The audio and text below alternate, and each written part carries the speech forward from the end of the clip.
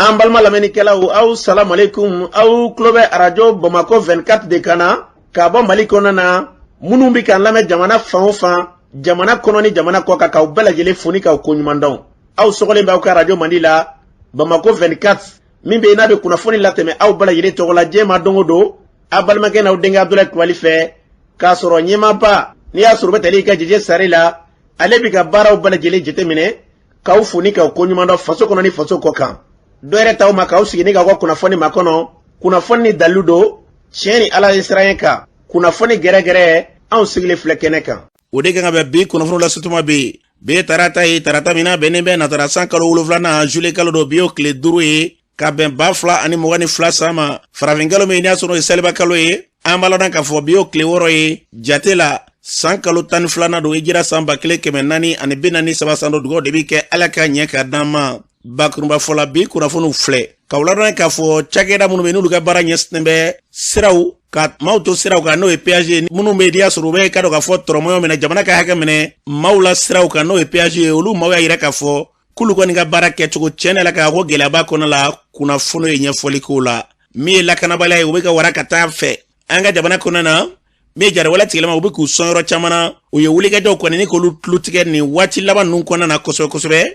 kunungo B6 marabolo kɔnɔ na u nana i ka dɔn k'a fɔ B6 kaw fɛ kana misiw cɛ o kɔfɛ ka maa dɔ minɛ B3 la kunnafoni ye ɲɛfɔli k'o la ka taa se bi an b'a lɔn k'a fɔ jalasago kɔfɛ ko wulikɛjɔ bɛ ka kɛ bi na jariwala tigɛlamaw fɛ ka taa kangari da yɔrɔ la ko nin kɛlen sɔrɔ dugu dɔw bɛ k'u ka minɛnw cɛ kunnafoni ye ɲɛfɔli k'o la ninnu de bɛna ka kunnafoni kumaba ye bi ka fara kunnafoni wɛrɛw bɛna fara lasɔn balimakɛ n'aw denkɛ Abdulaye Kulibali Ala ka ɲɛ ka d'an ma kunnafoni an b'a daminɛ ka ladɔn k'a fɔ CEDEAO ka gɛrɛn tɛ min n'i y'a sɔrɔ n'o wulila ka bɔ an ka jamana kan o kɛra i ka dɔn k'a fɔ nisɔndiyakoba ye fasoden caman fɛ o sen fɛ bɛn kɛra fɛn minnu kan n'i y'a sɔrɔ maa bɛ se k'a fɔ bi ni fasoden caman bɛ k'a fɔ k'olu bɛ k'u yɛrɛ ye o kɔnɔna na nka min ye k'a fɔ furancɛla fanga maa minnu b'a la k'i ka dɔn olu tɛna kɛ i ka dɔn k'a fɔ maa bɔ ye fanga kura nataw la maa caman yɛrɛ k'a fɔ ko yɔrɔ min fɔra la tiɲɛ na ka k'o ma kɛ i ka dɔn k'a fɔ sɔrɔ ye olu ɲɛkɔrɔ kuma kolomara tɛ dɔ wɛrɛ bi min ye gɛrɛn tɛ min tun b'an ka jamana kan o gɛrɛn tɛ n'i y'a sɔrɔ o tɛ dɔ wɛrɛ dɛ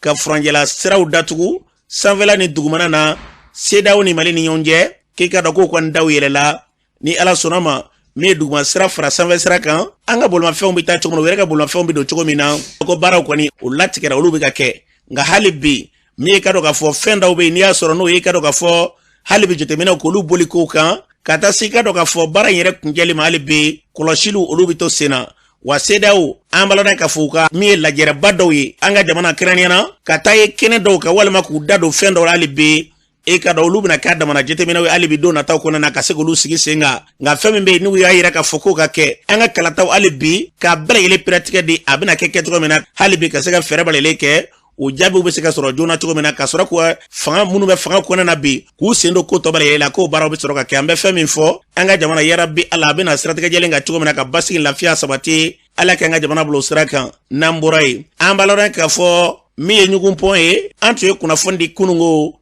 k'a yira k'a fɔ ko mini bɛ yen o bɛɛ lajɛlen kɔfɛ kunnafoniw kɔfɛ nugunkaw ye wele bila ma k'a yira k'a fɔ an ka jamana lakanabaaw k'u ye wulikajɔ kɛ ka taa kunungo kelen in na wuladafɛla fɛ ka taa mini kɔni ka taa bɔ fɛn bɛ fɔ o ye nisɔndiyakoba ye maa caman fɛ k'i ka dɔn o sira kelen de ye tɛmɛsira ye n'a fɔra ko mini taara nin bɛɛ kunkɛ ye tiɲɛ na la ka u kun jɔrɔlen bɛ nka kunnafoniw kɔfɛ lakanabaaw taara baara in kɛ a bɛnn'u ma kosɛbɛ an bɛ fɛn min fɔ nin n'a ɲɔgɔnnaw caman bɛ yen yarabi Ala kana mini yɛrɛ don an ka siraw la nka ni min donna a bɔli baaraw k'olu cɛ la o de b'a to a tɛ kɛ kasara ye an b'u fo k'u waleɲuman dɔn o baara min n'i y'a sɔrɔ n'o bɔra ka kɛ n'an bɔra yen an b'a lɔn k'a fɔ lakanabaliya minnu bɛ sira ka se ka sira sanfɛla la ka jamana ka hakɛw minɛ n'o ye péage mɔgɔw ye olu y'a yira k'a fɔ tiɲɛ na la ka gɛlɛya b'u kan o gɛlɛya minnu b'u kan u ye kunnafoni lawele ka ɲɛfɔ k'u ye fɛn fɛn ye fɛɛrɛ ye u ka ɲini joona joona n'o tɛ olu kɔni bɛ gɛlɛya dakan yɛrɛ de la o wulikajɔ min kɛra u fɛ o syndicat ne y'u ka lafatali tɔn ye o kumatigi ye maa min ye Seydou Diallo don ale b'a ɲɛfɔ an ye an ka lamɛn. Sisan an bɛ baara in na an ka sarako an ma cogoya dɔn a la c'est pourquoi transition kɛra ka n'a bila bi la an ka sara an bɔ kɔkɔ a ma taa ba kɔ ni ma taa kɔkɔ a ma taa ba kɔ transition na ma ɲɔgɔnw don donc an ma se ka se o de wele jusqu'à présent n'i y'o ta k'a dɔn k'a fɔ an kɛlen don bolofɛmɔgɔ de autorité bolo bi le procès péage ta ni sukura i b'a sɔrɔ yelen kelen t'a sɔrɔ o kɔnɔ bɛɛ b'a dɔn procès péage sigicogo ye sigicogo min ye a tɛ dugu kɔnɔ dɛ a tɛ du fana kɔnɔ a bɛ dugu de kɔfɛ i bɛ yɛlɛ sa kan i bɛ yɛlɛ budeli kan i bɛ yɛlɛ sécurité ya i bɛ yɛlɛ sécurité de ye o bɔ a la wari baarakɛla wari bɛ se ka a bɛ se ka baara dibi la a bɛ se ayiwa an bɛ nin gɛlɛya in bɛɛ kɔnɔ nin t'an siɲɛ fɔlɔ k'a fɔ dɛ n'i y'an bɔra ka kuma bi mɔgɔ bɛ kuma waati o waati i b'a sɔrɔ digikɛrɛ kɔnɔ de jusqu'à ce que i bɛ baara yɔrɔ la ni su kora i bɛ baara kɛ ni téléphone tɔsi de yɔrɔ nin ye mɔgɔ dɔ ko ye dɛ o kɔfɛ gɛlɛya wɛrɛ b'an ka baara in kɔnɔ n'a fɔra ko PAC i bɛ yɛlɛ baara yɔrɔ la i bɛ panɛli kɛ i bɛ tigɛ feere ka warimisɛn sigi ka wari minɛ ka bɔ ka tila k'i sigi baara la tuguni fili dun ka ja aw yɛrɛ homme de la presse a b'a dɔn ni sera PAC la n'i ma kɔn ka bɔ a bɛ kɛ ni dimi ye n'a fɔra ko an ka nin bɛɛ yɛrɛ bɔ nin cogoya in na tan nin ma nɔgɔn dɛ donc o n'a gɛlɛya caman ani mɔgɔw bɛ to dimi yɛrɛ kɔnɔ ka ninnu ni fɛnw kɛ o bɛɛ b'a gɛlɛya kɔnɔ mais baara n'a taabolo don an bɛ k'o bɛɛ o fana kan an ka mutation ko an tɛ ɲɛ foyi don a la an ka baara tɛ mutation ye dɛ an ka baara tɛ mais habilitation ka mutation n'a b'a kɛ hukumu dɔ kɔnɔ u bɛɛ b'i yɛrɛ sɔrɔ a kɔnɔ a bɛ baara nɔgɔya mɔgɔw bolo mais n'a kɛra kɛcogo dɔ la mɔgɔw t'u yɛrɛ sɔrɔ fɛn min kɔnɔ c'est-à-dire faamaw bolo a bɛ na ni dimi ni misi ye c'est pourquoi an m'an da don an ka mutation na k'o décrier n'a bɛ kɛ u b'a kɛ ni base min ni bɛɛ b'a se k'a yɛrɛ sɔrɔ a kɔnɔ nin n'a donna ko la dɔrɔn ko tiɲɛna. An b'a lɔn k'a fɔ nin tun ye Sedu Jalo ni tun y'ale kan ye a fɔra cogo min na an bɛ dugawu kɛ Ala ka ɲini fɛn Ala k'o kɛ sɔrɔ fɛn n'an bɔra ye Jalasagu kɔfɛ a yirala k'a fɔ ko dugu dɔ b'o yɔrɔw la bi ko min ye Jariwala tigilamɔgɔw k'u ye wulikajɔ kɛ k'a fɔ dugu ninnu k'u ka minɛnw cɛ o kɔni kɛra sababu ye dugu bɛ wulili la nin waati in na min ye Sulemani Tesuge ale b'an bolo nin waati in na nɛgɛ kan e ye jɔnni? Ne ye Sulemani Tesuge ka bɔ Bangasi marabolo la kɛrɛnkɛrɛnnen la Jalasagu commune na. Ko mun gɛlɛya bɛ aw fɛ an bɛ waati min na ko sisan Jalasagu kɔfɛ? Ablaye Kulubali kɛrɛnkɛrɛnnen Jalasagu commune na Jariwala tugiya mɔgɔw ye min kɛ ka tɛmɛ waati tɛmɛnlenw na a ma dogo mɔgɔ la hali bi toujours u b'u sɔrɔ baara kelen na Jalasagu commune na dugu min wele ko Nɛnɛ arabado o nana olu kama yen nɔ ko ni olu kɔni bɛna min fɔ nɛnɛkaw ye u ka yɔrɔ in bila nɛnɛ bɔra yen kɔfɛ kuna dugu dɔ bɛ yen ko kuna ku yenkaw ko ka yen bila an ka dugu dɔ bɛ yen dugumisɛnnin caman de bɛ o yɔrɔ nin na ko ni maa o maa n'u taara ka na maa o maa sɔrɔ yen a tigiw ser'u yɛrɛ donc Ablaye Kulubali nin gɛlɛya de bɛ anw kan kɛrɛnkɛrɛnnen Jalasagu commune na hali bi an kɔni bɛ welemaden an ka faamaw ye jamana faama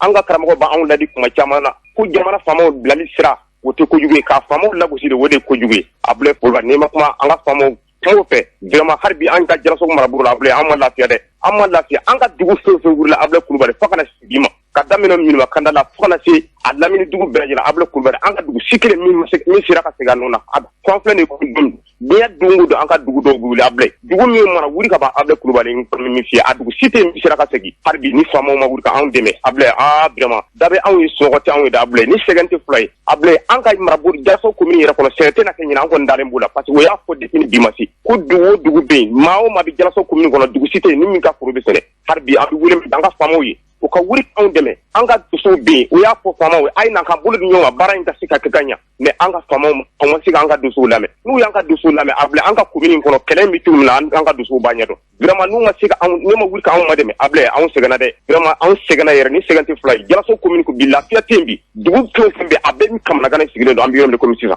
dugu min wulila olu ma se ka segin hali bi toujours don o don dugu dɔ bɛ wuli ka fara kan min kɔni kɛra Jalasagu a ma dugu diɲɛ kɔnɔ maa si la Ablaye an kɔni bɛ wele min daminɛ an ka faamaw ye vraiment n'u bɛ se ka anw ma dɛmɛ vraiment a bɛ diya anw ye anw sɛgɛnnen don bi dɛ maa ni wɛrɛma n'a ka cɛdenw u bɛ Bangasi an ka foli b'u ye kɛrɛnkɛrɛnnen an ka foli b'u ye u bɛ wulikajɔ baden na hali bi an b'a ɲini an ka faamaw fɛ u ka wulikajɔ fara dɔ kan u ka camanba fara wulikajɔ kan. An b'a lɔn k'a fɔ nin tun ye Sulemani Tesuge a fɔra cogo min na an bɛ fɛn min fɔ an ka jamana yarabi Ala basigi lafiya o se masaramani Ala ka jamana ni ka kundaw kan n'an bɔra ye min ye lakalabana hukumu kɔnɔna ye bi kɛrɛnkɛrɛnnena Dɔgɔfiri marabolo wulikajɔ minnu bɛ yen n'i y'a sɔrɔ u bɛ sen na Sidiki Nkasa Kulubali ale ye maire conseiller ale b'o ɲɛfɔ an ye bi an ka lamɛn. Si ye zone 7 de o zone 7 na Kurumari zone kɔnɔ Dɔgɔfiri commune rurale bɛ se ka a ka production malo la à peu près 27% de don yɔrɔ minnu bɛ fala kɔfɛ o bila la pewu parce que Millennium Challenge et continue foro minnu aménager o kɔni foro bila la pewu maa ti se ka taa yen nɔ minnu fana bɛ yen bamanan kelen minnu sigilen do yen olu fana interdiction kɛmɛ u kana Dɔgɔfiri ni nana Dɔgɔfiri bɛ to yen parce que i bɛ fala de tigɛ ka na parce que olu bɛna Dɔgɔfiri sugu de la ni nana Dɔgɔfiri kɔni o bannen ne kɔni nana siɲɛ kelen o y'a bannen donc c'est pour dire que fala kɔfɛla nin o kɔni o yera ka to yen pewu o ye jadisiw ka o y'u ka base ye bon dɛrɛngo fɛla fana côté fana na o ye foro camanba bɛ yen o fana maa ti se ka se maa ti se ka se o yɔrɔ la parce que o yɔrɔ fana jadisiw be yen. Donc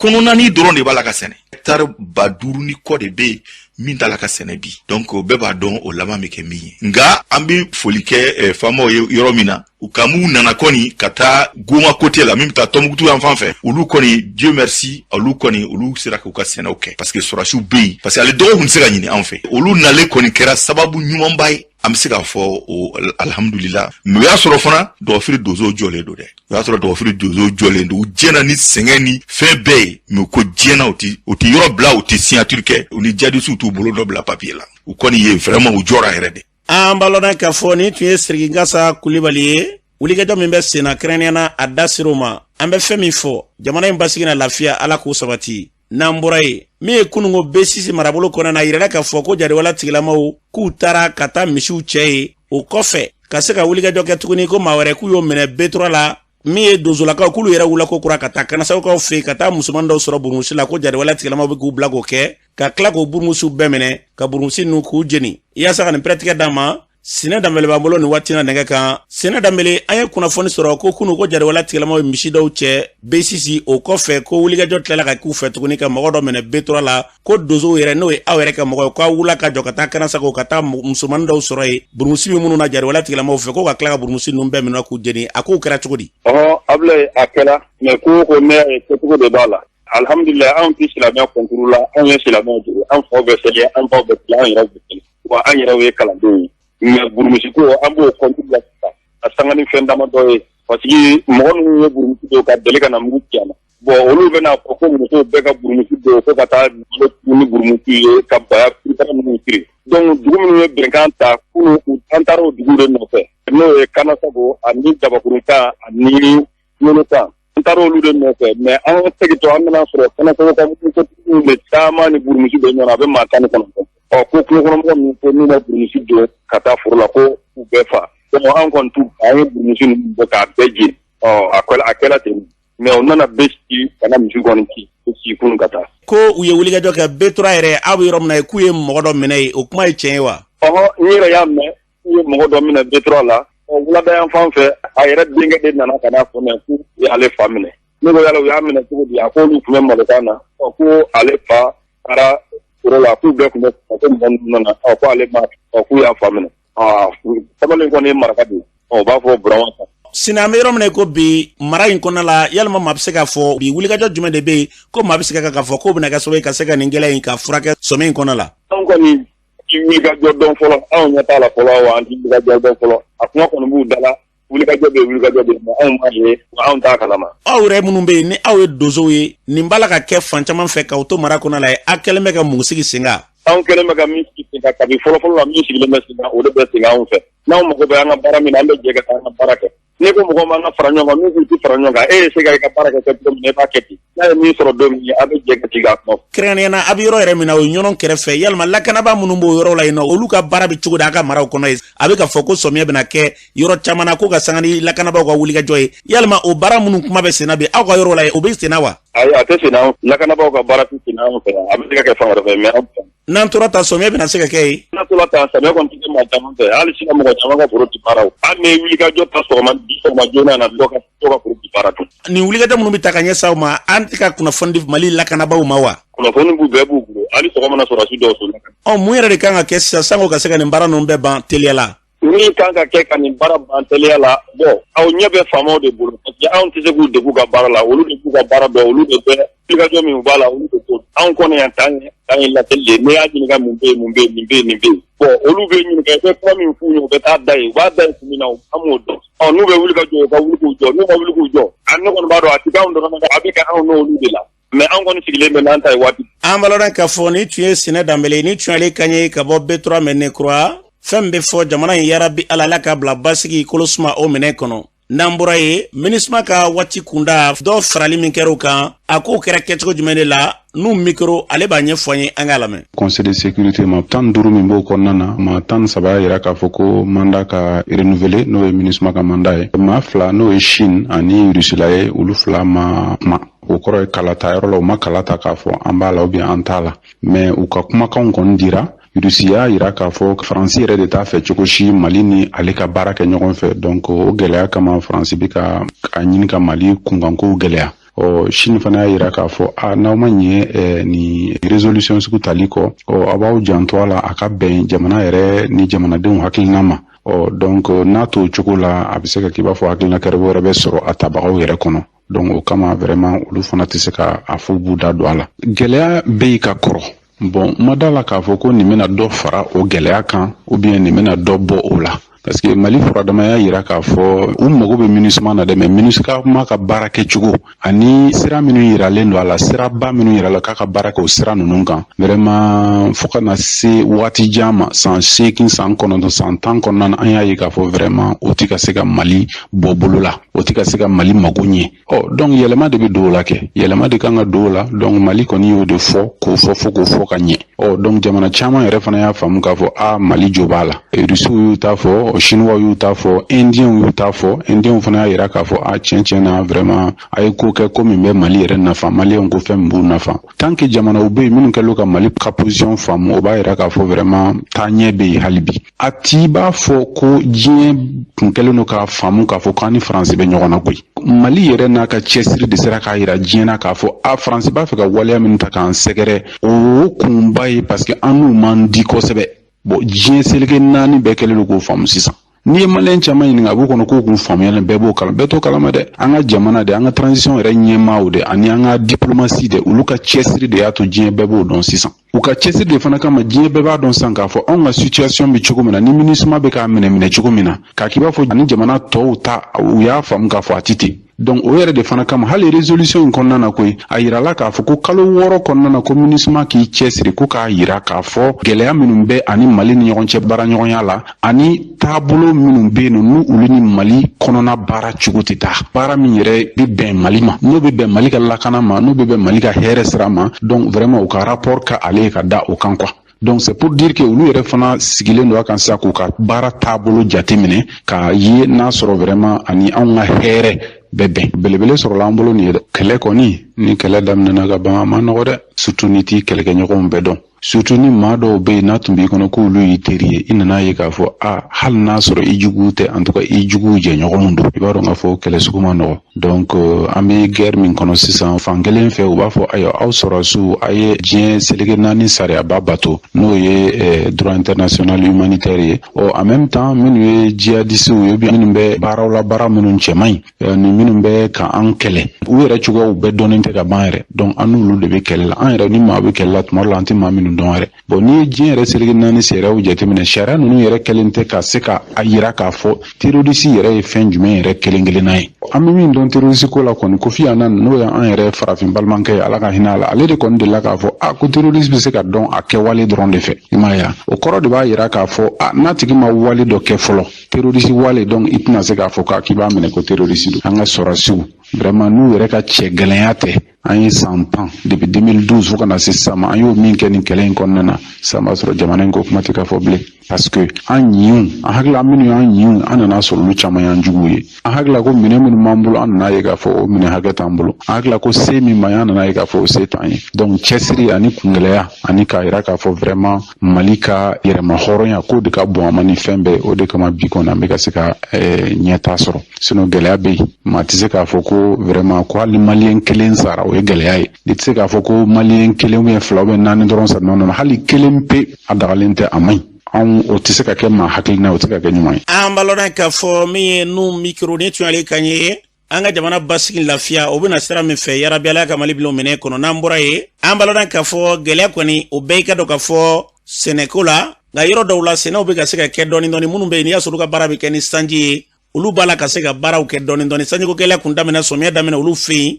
nka bi a bɛ ka ɲɛnabɔ dɔɔni dɔɔni nka o n'a tabalele kɔnɔna na fɛn bɛ yen n'o ka fɔ angɛrɛ kɔni o kɔni tɛ ka sɔrɔ cogo si kelen na angɛrɛ bɔra kelen 8,000 7,000 o y'a nɔgɔmada ye o ye dabaliban de n'a fɔra k'o sɔrɔ k'o kɛ suma na k'o bɛ tila ka nafa sɔrɔ kɛ nin kɛ o ye dabaliban de o kama o bɛɛ kɔfɛ marifatigiw bɛ yɔrɔ dɔw n'u taw cɛ buguninkaw fɛ yen ko bi yɔrɔ dɔw la i ka dɔn k'a fɔ a bɛ ka se ka waleya ye kosɛbɛ kosɛbɛ sɛnɛ kɔni olu kɔni fɛ i ka dɔn gɛlɛya caman tɛ sɛnɛ na n'a bɔra nɔgɔko la an taara ye ka taa ɲɛda kaba foro dɔ kan baba kɛn kuma na ale sɛnɛkɛla ba ye ka taa ale ka kabaforo kɔnɔ na ɲinɛsan bɛ cogo di ani o kɔfɛ sɔmɔko yɛrɛ u b'o baara minnu kɛ olu bɛ cogo di Baba Kɛnkumana ka bɔ Buguni ye kuma min fɔ o filɛ. Boso Baba Kɛnkumana ka bɔ Jɛnɛ mais alhamdulillah n sigiyɔrɔ bɛnna Buguni ma. Ɲinan sanu an b'a la tana bila a ka fisa. A daminɛ tun gɛrɛra mais an bɛ yɔrɔ min na komi sisan san bɛ nana an b'a la tanu. Mun na i kɛn bɛ ka sɛnɛ kanu? Bɛɛ n'i ka lamɔ position de don. Depuis an fitinin ma an nana sɔrɔ an fa fɛ sɛnɛ de bɛ yen. Kɛrɔbɔ ko an ka sɛnɛ kɛ o de ka fisa o de bɛ so lataa ɲɛ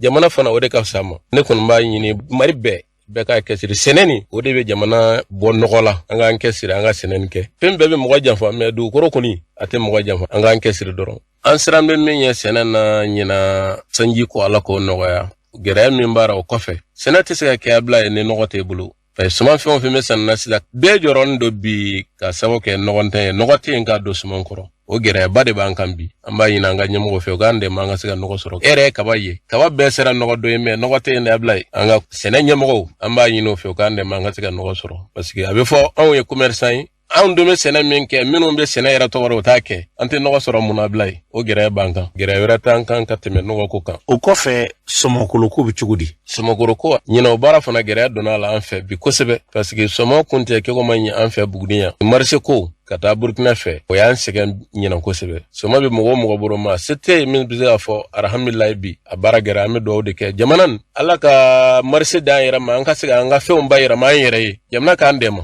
n'o tɛ gɛrɛ b'a kɔnɔ dɛ f'an yɛrɛ ka se ka a bayɛlɛma an yɛrɛ fɛ yan an ka sannikɛlaw ɲini o kana an yɛrɛ fɛ k'a san direct ka taa n'a ye tɔgɔ jamana na n'a danna Burkina ma an bɛ sɛgɛn dɛ. Ni sɔmɔko fɔra mɔgɔ bɛ Burkina fɔ waati bɛɛ munna Burkina bɛ fɔ k'a sɔrɔ aw de b'a sɛnɛ Mali la yan? Anw de b'a sɛnɛ Mali la an b'o de ɲini an ka ɲɛmɔgɔ fɛ u k'an dɛmɛ tɔn min b'an bolo tɔn bɛ se ka ɲɛtaa sɔrɔ cogo min sannikɛlaw kana an fɛ ka n'a san an ka se ka an ka baaraw kɛ an yɛrɛ ye o de ka fisa an ka dulon jamana dɔ la o man ɲi an ma. Aw sɔmɔ baarakɛlaw dulonnen bɛ Burkina na mun na? N'a waati sera i b'a sɔrɔ se bɛrɛ t'an ye sɔmɔ nafolo ka kɛ kilo kelen ye 100 ni kɔ 90 o y'a nɔgɔman ye. Burkina bɛɛ de bɛ na ni wari ye an b'a minɛ o bolo ka sanni kɛ k'an ta ɲini ka o ta di u ma. An ka marisɔmɔ bɛɛ bɛ bɔ Burkina tɔgɔ la 100 sigi o 100 sigi an ka jura min se ka bɔ n'a ye k'a bɛ taa n'a ye kɔ kan 100 na a tɛ tɛmɛ 10 kan ou bien 20 a fanba bɛɛ bɛ taa Burkina sɔmɔ bayɛlɛmana mɔgɔw bɛ yen o fana bɛnna jamana y'o dɛmɛ ka wari di u ka sannikɛlaw ma anw dun ka jan an ma dɛmɛ sɔrɔ an kulela an ma se ka ɲɛtaa sɔrɔ a la fɔlɔ k'a daminɛ Sikaso Buguni Janfoyila Kɔrɔnjɛba Kajolo Doila ne Burkina kɔnɔma na an bɛɛ bɛ gɛrɛ kelen kɔnɔ jamana fana k'an dɛmɛ n'a waati sera kwari donna bala kɛko min o fureur kɛra kɛko min o k'an dɛmɛ an ka suma fana ka don bala opposition na an bɛ an ka ɲɛmɔgɔw fo fitina min bɛ jamana kɔnɔ Ala k'a nɔgɔya an bɛ dugawu kɛ maliyɛn bɛɛ la sɛnɛ o sɔmɔ o k'an dɛmɛ a baara bɛ se ka ɲɛtaa sɔrɔ kɛko min. An b'a lɔn k'a fɔ nin tun ye Boso Baba Kɛnkumana Buguni a fɔra cogo min na yarabi Ala min ye sɛnɛ ye i ye bɔrɛ jɔlen ye dɔrɔn fɛn dɔ de b'a kɔnɔ u ka fɛrɛ kɛ ko dununkan o balakɛw damankan o kɔngɔtɔ tulo bɛ fɛn min na nin bɛɛ yɛlɛ la o ye kolonkalakan de ye fɛn fɛn ka dɔ ka fɔ wulikɛjɔ ye o bɛ se ka kɛ cogo min na ka se ka dun ka fala sabati o ti sɔrɔ ni dugukolo fɛrɛkɛtɛ yɛlɛmabaw sɛnɛkɛbaw ka se k'olu kɔkɔrɔ don an bɛ dugawu kɛ Ala k'o hakililaw ni k'olu sabati n'an bɔra ye an b'a lɔn k'a fɔ an ka jamana kɔnɔ na min ye ka dɔ ka fɔ wulikɛjɔ min kɛra n'o kɛra Anbariko ko wuli ka bɔ an ka jamana kan o baara min kɛra fatoden jama bɛ hakilila di Fuseni Watara ye CNT maa ye ale bɛ hakilila da ko senfɛ an ka lamɛn. Jamana ɲɛmɔgɔw u ye gɛlɛya ta ka Mali sɛgɛrɛ n'o ye sanction ye u ye a ɲɔngiri donc kabini a daminɛ la an kun y'a fɔ n ko nin kun ye kɛwale mun yɛrɛ kun tɛ CEDEAO sariyaw kɔnɔ donc ni CEDEAO jamana ɲɛmɔgɔ u y'a dɔn bi k'u kun ye tɔɔrɔ mun se u ka jamanadenw ma Mali dɔrɔn tɛ u yɛrɛ ka jamanadenw kun bɛ tɔɔrɔba la nin kɔnɔ maliyɛnw fana kun bɛ tɔɔrɔba la u kan k'a dɔn ko CEDEAO ma sigi ka tɔɔrɔ lase CEDEAO jamanadenw ma a sigira de an ka se ka an ka jamana développer an ka se ka hɛrɛ kɛ an ka jamana ye ka baaraw ɲini mais n'olu kun y'a kɛ dɔrɔn k'a bɛɛ kɛ question politique élection ko dɔrɔn de hakili la u filila CEDEAO sigi kun na donc min ye nin u kun ye kɛwale minnu ta mun yɛrɛ kun tɛ sariya kɔnɔ n'u y'a wuli ka bɔ yen an tɛ foli bila u ma dɛ an b'a f'u ye dɔrɔn ko an y'a mɛn donc an bɛ continuer an ka baara fɛ Ala ka hɛrɛ kɛ Mali ye a bɛ tu bɛ nin kan. Fuseni Watara kɔfɛ hali bi CNT kɔnɔ na Sulemani Danbele ale yɛrɛ b'a hakilila di baara in kan an ka lamɛn. K'u bolo da u dusu kan parce que u bɛ yan jamanadenw de kama o ye jamanadenw ka kuma mɛn donc Ala y'an sago d'a ma n'i y'a jateminɛ loi électorale taara ni jamanaden bɛɛ ka hakilina ye donc loi électorale kɔfɛ fɛnɛ ni Anbariko wulila a fɔla sisan jamanaden bɛɛ de segina don fanga in baarali la gouvernement mina dayɛlɛ jamanadenw bɛɛ bɛ parti politiques fo hali sisan minnu m'a faamuya u k'u bolo da u dusu kan u kana an ka baara kɛ jamana in y'an bɛɛ de ta ye an balodan ka fɔ politiki mɔgɔw la Amadi Bare ale yɛrɛ b'a hakilila di a ko senfɛ an ka lamɛn. Nin kɛra kibaruya duman ye ka ɲɛsin an ka jamana ma. Ni sanction ninnu taara ka bɔ yen ko frontières bɛ dayɛlɛ économie bɛ relancer jamanadenw bɛɛ lajɛlen tun bɛ ka nin ma kɔnɔ donc ne hakili la an ka autorités ni CEDEAO mɔgɔw u bɛnna fɛn caman kan n'o kɛra sababu ye ka sanction ni wuli ka bɔ jamana kan nin ye kibaruya duman ye hakilila a kan ka na ni hakilila ɲumanw fana ye tuguni ka kɛ sababu ye ka jamanadenw fara ɲɔgɔn kan an kana ye dɔrɔn ko sanction wulila ka mutan yɛrɛ don kuma caman wɛrɛ la an k'an bolo di ɲɔgɔn ma an k'a fara ɲɔgɔn kan temps min perdira an k'a essayer k'o rattraper tiɲɛni minnu kɛra an kun an k'a essayer ka tiɲɛni ninnu ka a fanga dɔgɔya ni baara ye ani bɛn ye parce que mɔgɔw bɛna fɔ an résistera oui an résistera ka da bɛn mun b'an ni ɲɔgɔn cɛ an y'a kɛ ɲɔgɔn ye ka ɲɔgɔn sutura sebe minnu ye olu ɲɛna sentanw ma donc Mali dɔɔnin bɛ n'o de ye an tɛ taa ka ɲɔgɔn to donc n'a y'a kɔnɔna na an ye ɲɔgɔn dɛmɛ muso ɲɔgɔn ma n'o sera k'an to an résistera n'an continue n'o ɲɔgɔn dɛmɛ kelen fana fɛ sanction ninnu talen ka bɔ yen an bɛ yɛlɛ ni nisɔndiya sɔrɔ an ka jamana kɔnɔ i n'a fɔ a tun bɛ cogo min na kɔrɔlen bon yɛlɛ ni nisɔndiya bɛ yɔrɔ o yɔrɔ la hɛrɛ bɛ o yɔrɔ la yen donc an ka kɛlɛ fu ninnu dabila an ka nin kɛ occasion ye jamanaden bɛɛ ka fara ɲɔgɔn kan tuguni an k'an tɛgɛ di ɲɔgɔn ma an ka furugu ni kɛlɛ ban ani ɲɔgɔn cɛ. Voilà, donc ne ka hakilina tun ye nin ye nisɔndiyalen don ala ka kɛ sababu ɲuman ye an ka sigi an ka kow cogoyaw la ala ka jamana kisi ka kana ala ka hɛrɛw caya bɛɛ lajɛlen ye. An balodan k'a fɔ nin tun ye Amadi Bare ye o kɔfɛ jagokɛlaw ka bolo kan olu ka kulu min bɛ yen n'a bɛ wele ko Sena Mali Sulemani Konate bɛɛ lajɛlen k'ale ma bakɔrɛ ale de b'a hakilila da senfɛ an ka lamɛn. A wuli cogo a ɲɛna kosɛbɛ malgré que a degun bonyana maliyɛnw kan cogo min na a degun bonyana Mali kɛrɛfɛ jamanaw bɛɛ jamanadenw kan o cogo la i n'a fɔ depuis janvier an y'a fɔ cogo min na an ka sɔrɔw gulonnen no ɲɔgɔn na an ka jagow gulonnen no ɲɔgɔn na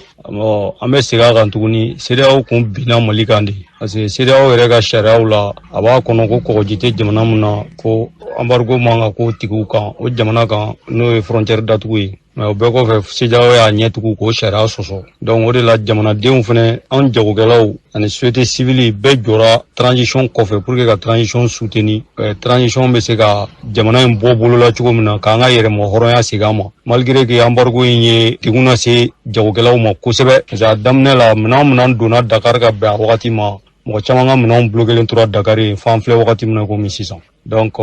an b'a fɔ a wuli cogo ɲɛna nka an b'an kumakan kan an b'an ka jamana marabagaw kɔ a 100%. An baladan ka fɔ ni tun ye Sulemani Konate ni bɛɛ lajɛlen k'ale ma bakɔrɛ Sena Mali jagokɛlaw ka kulu min bɛ ten o tɔgɔ la u y'a fɔ cogo min na jamana in basigi ala ka Mali bila o sira kan ni hukumu kelen nin kɔnɔ hali bi min ye Ismail Sako an baladan ka fɔ kadiri olu ka kumalasela don ale kuma min fɔ kadiri tɔgɔ la o filɛ. Juillet kalo tile 3 CEDEAO ɲɛmaa ye ɲɔgɔn ye min kɛ Akara u ye décision ɲɛnamaw ta minnu ye tali kɛ embargo wulili ni gɛlɛya bɛ Mali denw kan n'o gɛlɛya bɛna ban an bɛ CEDEAO jamana ɲɛmaaw fo ka ala wale ɲuman dɔn o baara ɲɛbilaw la an b'an ka autorités fo minnu sɔnna ka sigi kɔ o ni force de la nation ye ɲɔgɔn ye min kɛ ani o ni parti politique ye sigikafɔ mun kɛ n'o kɛra sababu ye calendrier électoral bɔra ka proposer CEDEAO ye n'o kɛra sababu ye ni président Assimi Goïta ye décret dɔ ta ka commission de suivi sigi olu kɛra sababu ye ka CEDEAO ɲɛmaa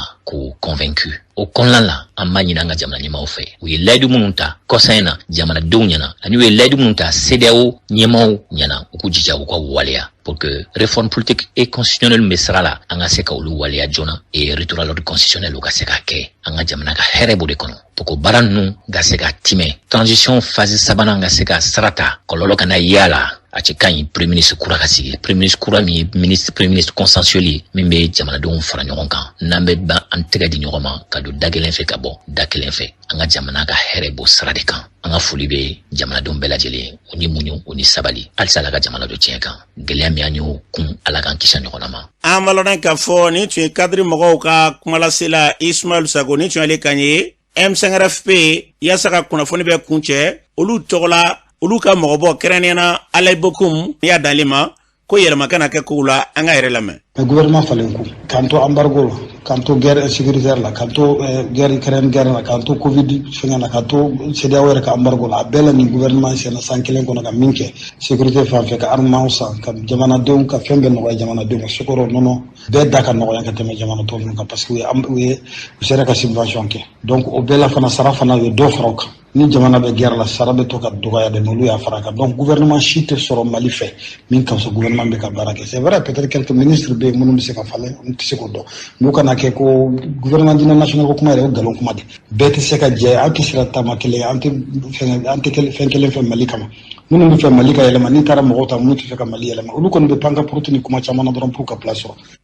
An baloran ka fɔ ni tun ye Dr Alayibe Koumukan ye kuma kolomɔrɔ tɛ dɔ wɛrɛ an ka jamana basigi na lafiya u bɛna sira o sira fɛ Ala k'an ka jamana bila o minɛ kɔnɔ n'an bɔra ye min ka dɔn k'a fɔ minɛ dɔw dira kɛnɛya minɛnw kɛrɛnkɛrɛnna bagan minnu bɛ yen n'i y'a sɔrɔ bana bɛ sɔrɔ baganw fɛ olu bunadamadenw bɛ bana sɔrɔ baganw fɛ ka se ka fɛɛrɛ kɛ o baaraw olu ka se ka sɛgɛsɛgɛ ka se ka olu kɔni k'o kɛlɛ ka bɔ an ka jamana sen na o kɛra dɛmɛɲɔgɔnya ye min bɛ yen n'i y'a sɔrɔ n'an ka jamana bɔra ni k'o sɔrɔ ka se k'o minɛnw di o baara kɛbaaw ma o ko ɲɛma o ye Mohamed Sise baara in yɛrɛ kɛcogo jumɛn de la ale b'a ɲɛfɔ an ka lamɛn. O ye diɲɛ forobatɔnba ye min ka baara ɲɛsinnen dun ka fa sabatili ma ni don a jate minɛ k'a lajɛ adamadenw ka duntafɛn caman bɛ bɔ bagan na donc walasa an ka se ka duntafɛn sanuman dun donc fa a ka kɛ bagan ye bagan min fana sanuyalen don bana tɛ bagan minnu bon a y'a jate minɛ fana k'a lajɛ kɔsa in na bana caman bɔra minnu bɛ baganw na minnu bɛ se ka yɛlɛma adamadenw na donc an b'a fɔ olu ma ko les zoonoses donc o bana ninnu na grippe aviaire b'a la o bana ninnu na covid ninnu b'a la donc an ye nin minɛn ninnu di ni baɲumankɛ tɔn dɔ de ka wari ye n'an b'a fɔ a ma ko USAID donc an ye nin minɛn ninnu di Direction nationale des services vétérinaires ani laboratoire central vétérinaire ma walasa u ka se ka sɛgɛsɛgɛli kɛ ka se k'a dɔn ni bana in bɛ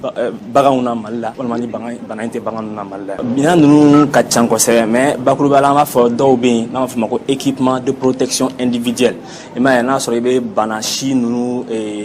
labaara fo e yɛrɛ min bɛ k'a labaara e ka se ka protéger ka ɲɛ walasa banakisɛ ninnu kana se e ma donc masques b'olu la gants b'olu la an b'a fɔ minnu ma ko blouses ani combinaisons o b'olu la donc matériel bolo fɛnɛ b'a la min bɛ se k'a dɔn k'a lajɛ ni bana nana sisan ni an nana ni bagan ye ni bagan infesté la donc a bɛ se ka dɔn cogo di ko nin bana tigitigi in de bɛ bagan na n'an b'a fɔ o ma ko test de dépistage rapide o de bɛ se k'a to an b'a dɔn ko nin bana tigitigi in bɛ nin bagan in na an bɛ se ka fura sɔrɔ a la fana musaka min donna ni minɛn ninnu dili ma direction nationale des services vétérinaires ani laboratoire central vétérinaire ma o musaka in bɛ t'i jɔ CFA wari miliyɔn 144 bɔɲɔgɔnko ɲɔgɔn na kuma laban min bɛ ne bolo k'a fɔ c'est que k'a fɔ FAO n'o ye diɲɛ forobatɔnba min ka baara ɲɛsinnen don dun ka fa sabatili ma donc an kɔni bɛ Mali autorités jɔyɔrɔma tinti an b'u dɛmɛ walasa ka se ka dun ka fa sabati Mali kɔnɔ walasa balo sanuman ka se ka dun Mali kɔnɔ balo sanuman ka se ka feere Mali kɔnɔna la. An baloran ka fɔ ni tun ye Mohamed Sise kan fura cogo min na minɛn minnu dira Ala k'a bila furakɛli o minɛn kɔnɔna la bana ninnu kan kisi u kasara ma n'an bɔra ye an bɛ taa jamana kɔkan na Mohamed Samake mun b'e bolo. An karamɔgɔ y'a fɔ cogo min na an bɛ taa jamana kɔkan an bɛ taa États-Unis an b'a ladɔn k'a fɔ min ye lakanabaliya fɔ cogo wɛrɛ la fɔ fusillade n'o ye marifaci waleya dɔ k'o kɔni kɛra sifinnaka dɔ fɛ dɛ k'a kɛra sababu ye ka maa 4 ɲɔgɔn k'olu bɛɛ lajɛlen bɔnnen ɲɔgɔn na ni ka maa caman fana ka olu sebekɔrɔ jogi hali bi Copenhague min ye lakanabaliya a bɛ ka dili don kosɛbɛ nin fana sifinnaka dɔ min tɛ tɛmɛ san 22 kan ko ale kɔni ye wulikajɔ kɛ sugu kɔnɔna dɔ la ka marifa ci maaw la ni ka maa kelen bɔnnanen na ni ka maa caman fana ka olu sebekɔrɔ jogi karido joué kalo tile 3 san 2022 n'an bɔra yen an b'a dɔn k'a fɔ wulikajɔ bɛ sen na halisa Burkina lakanabaliya ale sira fɛ duguden 2 bɛ yen minnu kɔni bingani wale taara ka ɲɛsin u ma sibirido joué kalo tile 2 k'a bila karido joué kalo tile 3 la ni ka maa 34 ɲɔgɔn na ka olu bɛɛ lajɛlen kasaraw ne la n'an bɔra yen min ye Togo jamanadenw kɔni ko olu kɔni sɛbɛkɔrɔ sirannen don bawo bingani wale tigilamaw bɛ munumunu salo la u ka jamana kɔnɔna na kan mɛ kalo tɛmɛnen na ko a yira k'a fɔ bingani wale dɔ taara ka ɲɛsin u ka finitigilakaw ma ko kama o kɔni kɛra sa ko fo kana bila sisan na siran kɔni ko o ka bon kosɛbɛ ko bɛ wele bila jamana ɲɛmaaw ma walasa lakanabaliya ale bɛ se ka sinsin cogo min na an karamɔgɔ an ye min sɔrɔ jamana kɔ kan nin tun ye o la kumaba dɔw ye. An bɛ dugawu kɛ yarabi Ala basigi lafiya an ka jamana ani diɲɛ jamana bɛɛ lajɛlen kɔnɔna na o se masaramadi Ala k'an ka jamana ni k'u kolo suma.